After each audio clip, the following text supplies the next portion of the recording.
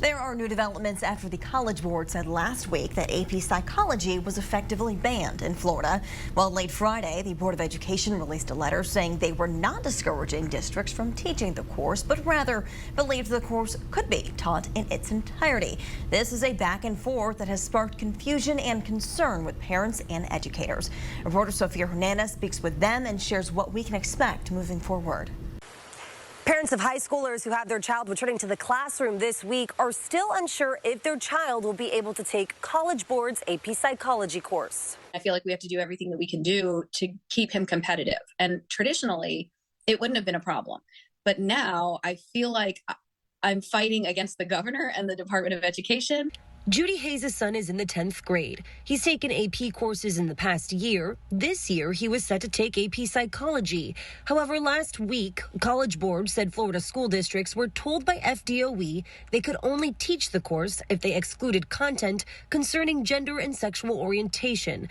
But Friday, the department released this letter saying districts could teach this course in a way that is age and developmentally appropriate.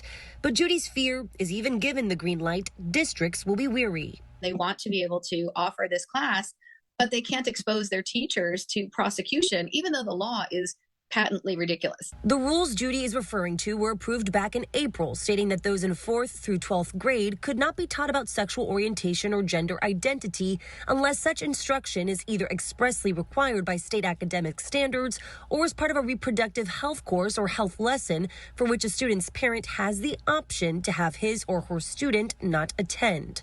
After the FDOE reversed their decision, College Board released a statement saying, "We hope now that Florida teachers will be able to teach the full course, including content on gender and sexual orientation, without fear of punishment in the upcoming school year." But institutions like the Florida PTA are asking for more clarification in order for the course to be taught. That includes the Department of Education providing the materials needed to teach the course, making sure instructors do not get penalized for teaching the class, and that the decision for the student to take the course be the parent's decision and the parent's decision alone. At our expense, he's using our kids as pawns. My kids' future. My kids are entitled to learn about the existence of LGBTQ people. They just are. Former educators of AP Psychology have also chimed in. We're middle in pre-planning.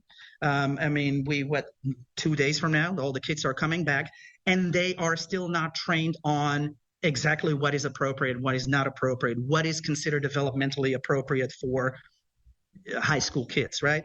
I think that everyone just kind of like tread on thin ice with that and kind of like be very careful about what they are doing. Francis is a non-binary social sciences teacher who has taught AP Psychology in the past.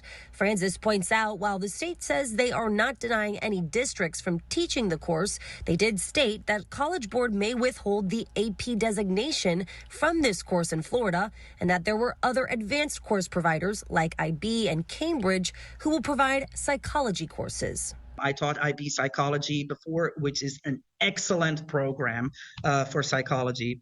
However, they are okay with omitting the themes of gender identity and sexuality, which again then isn't then an accurate survey of that course. As for Judi's son, with school on Thursday, she thinks that he will be made to take the Cambridge version of the course.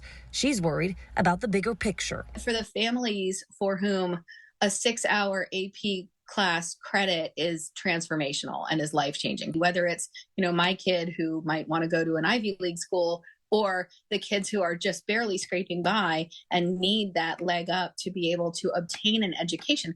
Why on earth would we throw any roadblocks into their way? Judi says she is working with a legal team to challenge Florida's state law that makes it illegal to teach about sexual orientation or gender identity. Sophia Hernandez, Florida 24 Network.